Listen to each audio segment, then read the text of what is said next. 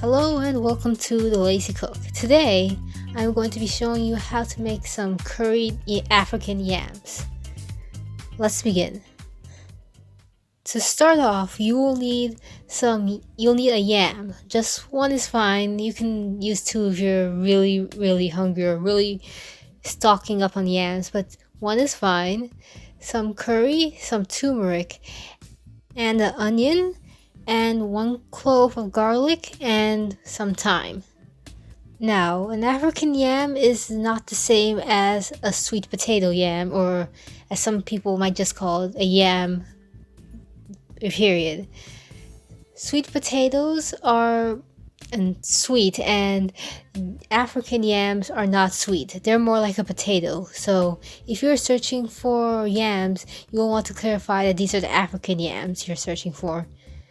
Spanish grocery stores seem to have it. I've also found yams at my local Stop and Shop, but if you can't find them at your local store, you can always check like other stores, Spanish stores. I found these yams there. Yams are tricky in that they can go bad quickly if you don't take care of them. So if you buy a yam, you should store it in a nice kind of room temperature-ish, coolish place, and you will want to keep it in a dark place too. Just somewhere where it won't spout or it won't go bad. Don't put it in the fridge.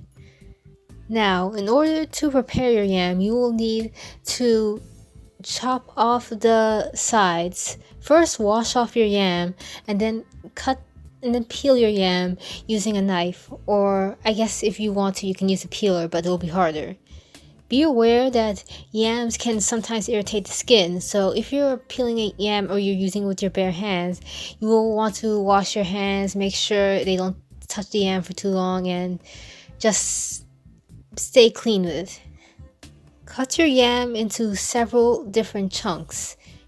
These yams are going to be steamed, so in order to have it fit in the steamer, you'll want to chop it up. You'll want to put into smaller pieces so it will cook properly in the steamer. The bigger your yam is, the longer it will take to steam. After chopping up these pieces and putting them in the steamer, you can then prepare your onions and your garlic and thyme to be used in the pot. A half teaspoon of turmeric and curry should be good enough for your curried yams. The turmeric is there to add a sort of rich flavor to the yam, while the curry is there just to sort of add that curry flavor. You can alter this if you need to. You'll want to chop up your onions in whatever shape you see fit. I chop them up into slices, but you can chop them up into squares if you want to. Cut up a clove of garlic the same way. While you're waiting for your yams to cook, you will also want to get a pot and coat it with some oil. Not a huge amount, just enough to coat the pot, because you will be throwing in the onions and the garlic and the thyme, and you will want them to sort of cook a little before you throw in the turmeric and the curry. After a short time, if you cut up your yams into small pieces, the yams should be halfway cooked or completely cooked. It depends on how you chopped up your yam. You will know when it's cooked when you can stick a knife through it and it goes all the way through without any resistance.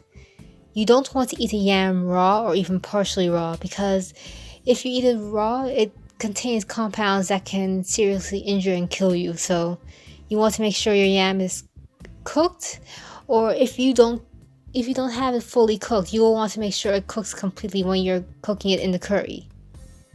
When your yam is completely soft or mostly soft and you are done cooking it, you can take it out and chop it up into smaller, finer pieces.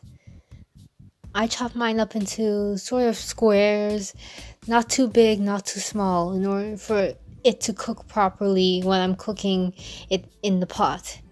Since you'll be using some water in this, the yams might break up a bit. That is okay. In your pot, you will want to take the pot, put it on the stove, heat it up for a little bit, and then throw in your onions, garlic, and thyme. You'll want to let these cook for a little bit, and then you should throw in your turmeric and curry. Let the curry and turmeric brown for just a little bit. You don't want it to burn, you just want it to brown a tiny bit, and then you can throw in some water. After throwing in the water, you'll then want to add in your yams. Let your yams cook for a little bit. They'll just boil in the pot. You should let them boil for as long as you want them to. If your yams are very soft when you're taking them out of the steamer, then they might soften up even further when you put them in the pot. If this is what you want, that's fine. If you don't want this, you can take out your yams beforehand when they're a little bit harder and cook them further in the pot. In some cases, due to cooling, the yams will not break apart in the pot. If you want your yams to break apart, you can easily just take a knife and stick it through the yams. Cook this for as long as you need to until it starts drying down. When it gets soft enough and when it starts drying down enough, you can just take it off the stove and you will have some delicious curried yams. Now, these curried yams can form the basis of bigger dishes or be paired with other sides.